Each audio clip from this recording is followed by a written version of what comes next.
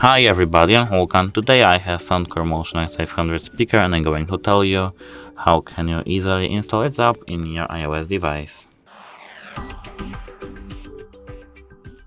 And first we have to go in our App Store over here. Here we have to search in our search tab over here for SOUNDCORE as you seen. SOUNDCORE over here, not Soul Knight. SOUNDCORE over here. And here, as you can see, we have our application from Core Mobile Live LLC.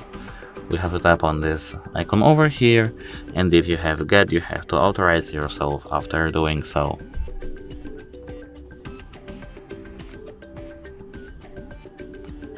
It may take some time, so don't worry. It depends on your internet connection. And that's it. Hope it helps you. Goodbye.